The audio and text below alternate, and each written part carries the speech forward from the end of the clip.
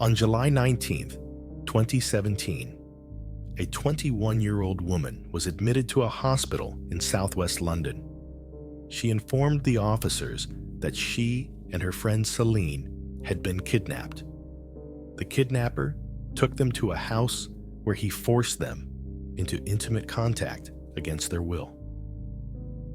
Mia recalled the address of the house, which helped investigators locate it. Inside, they found a chest freezer with dark red stains, indicating it wasn't used for food storage. Opening it, they discovered Celine's lifeless body.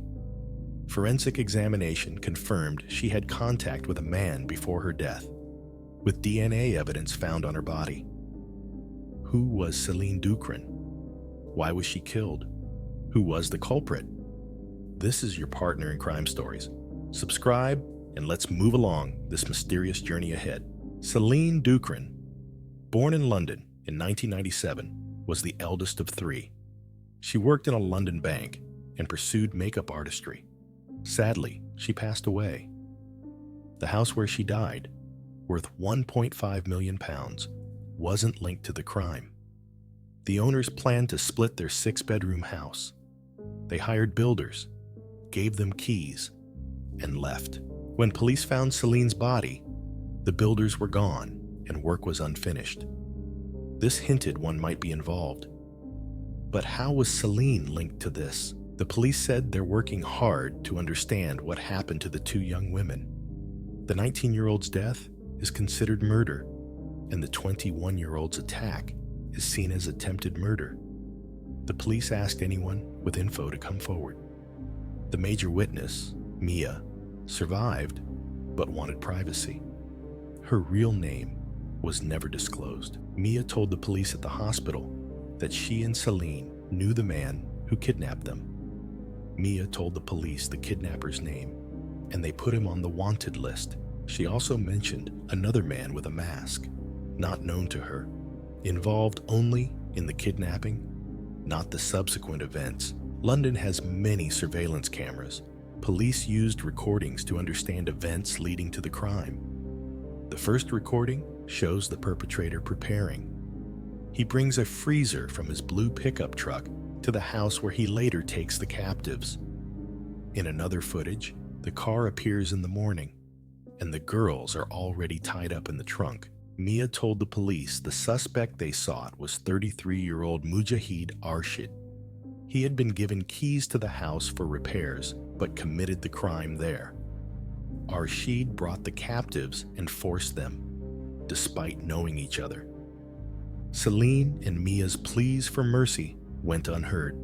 Arshid killed Celine and put her body in the freezer. Mia, realizing begging wouldn't work, changed tactics. When Arshid attacked her, she pretended to love him and offered to run away together, promising not to tell anyone about the incident. Mia told Arshid she wanted to start a family, saying what she thought he wanted to hear. It worked, and he spared her. They went to meet his brother, planning to run away together. But Arshid's brother saw Mia was badly hurt, close to death. Arshid's brother took Mia to the hospital, where she asked the doctors to call the police. They caught on to Arshid's actions. Arshid packed his things, told his wife he had to leave, and then headed to New Malden Station in South London. Arshid left his car near the station and took a train to Folkestone, about 80 miles from London. Surveillance footage caught him at a gas station and later at a nearby hotel. He planned to leave the country by ferry across the English Channel to France, but he didn't succeed. Police arrested Arshid at a Holiday Inn in Folkestone. He had wallets with Celine and Mia's IDs, keys to the freezer lock, and Celine's phone. Arshid was then taken to London after his arrest. Celine was in love and planning to marry her boyfriend, but her parents didn't approve. They wanted her to end the relationship, causing arguments. A few weeks before her death, she moved out of her parents' house and in with her aunt and uncle. Celine's uncle was Mujahid Arshid. A recording shows Arshid kidnapping his niece from his own home, waiting for his wife to leave for work. Additionally, Mia, whose real name hasn't been disclosed, lived in Arshid's house and was also kidnapped. She will testify in court from behind a screen. Celine, Mia, and Arshid likely had some family connection, but their exact relationship remains unknown. Mia's story contains disturbing details that raise many questions, as per police statements. The first intimate contact between Arshid and Mia occurred in 2011 when she was only 13.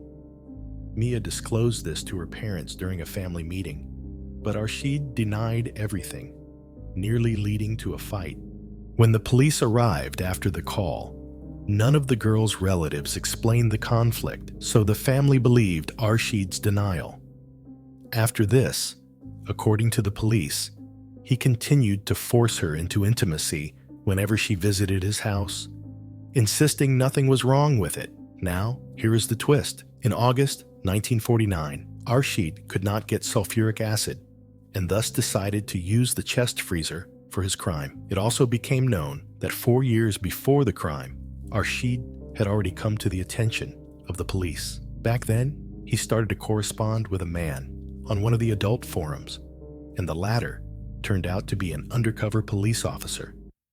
Arshid had sent this policeman a photo of Mia and asked if he would like to have intimate contact with this 17-year-old virgin. When the officer asked about the photo, Arshid claimed it was his girlfriend waiting for the right time. He also mentioned that people like her deserved to be taken forcefully. These statements prompted the police to question Arshid. However, he denied being the author, saying it was someone who used to work for him and had access to his computer. Unfortunately, no further action was taken by the police during the trial. However, in February 2018, more details of the crime emerged when Arshid's accomplice, 28-year-old Vincent Tapu, was arrested. Arshid had transferred money to Tapu. A few days before the crime, Arshid, consumed by jealousy, abducted 20-year-old Celine Dookhran, binding and gagging her before placing her in the trunk of his pickup truck. In the Old Bailey court, it was revealed that Arshid was obsessed with Celine and another woman. He plotted to kidnap and kill them after finding out they both had boyfriends.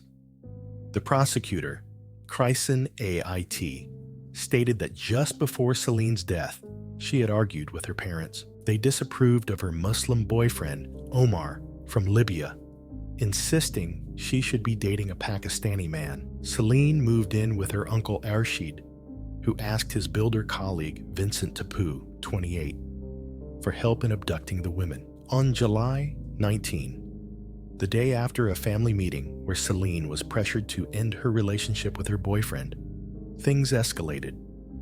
Even though they agreed to break up, the prosecutor, Kristen Awad, mentioned that no one could be certain they meant to keep their word. The next morning, using the uncertainty about Celine's situation, the defendant executed his plan. Arshid and Tapu, wearing gloves and balaclavas, gagged the women with socks and tape, tied their hands and feet, and wrapped them in a builder's dust sheet. Arshid also took some of Celine's underwear before they both abducted the women. The court heard about the horrifying trial Celine and Mia took at the hands of Mujahid Arshid. Arshid and his accomplice, Vincent Tapu, abducted the women, bound and fooled them, and took them to a house Arshid was renovating. There, they were subjected to unspeakable acts of violence. Mia, the surviving victim, testified from behind a screen, describing the constant nightmares and flashbacks haunting her since Celine's death. Mia recounted the terrifying moments when Arshid assaulted them, saying that the memories of Celine's screams and fear still haunt her. She spoke of the nightmares that prevent her from sleeping peacefully, the constant flashbacks that leave her unable to move on, and the scars that serve as a painful reminder of their ordeal. Mia's pride and self-respect have been destroyed by the obvious crimes committed against her and Celine. She continues to receive treatment for her physical injuries. Mia bravely shared how Arshid told her she had only 10 minutes to live and how she pretended to be dead to survive. She recalled the horror of witnessing Arshid molesting Celine's lifeless body, and how he did the same to her, thinking she was also dead. Mia spoke of the manipulation and lies Arshid used to deceive her and the court, simulating stories to shift blame onto her. Despite Arshid's claims of innocence and attempts to manipulate the truth, the jury found him guilty of all charges.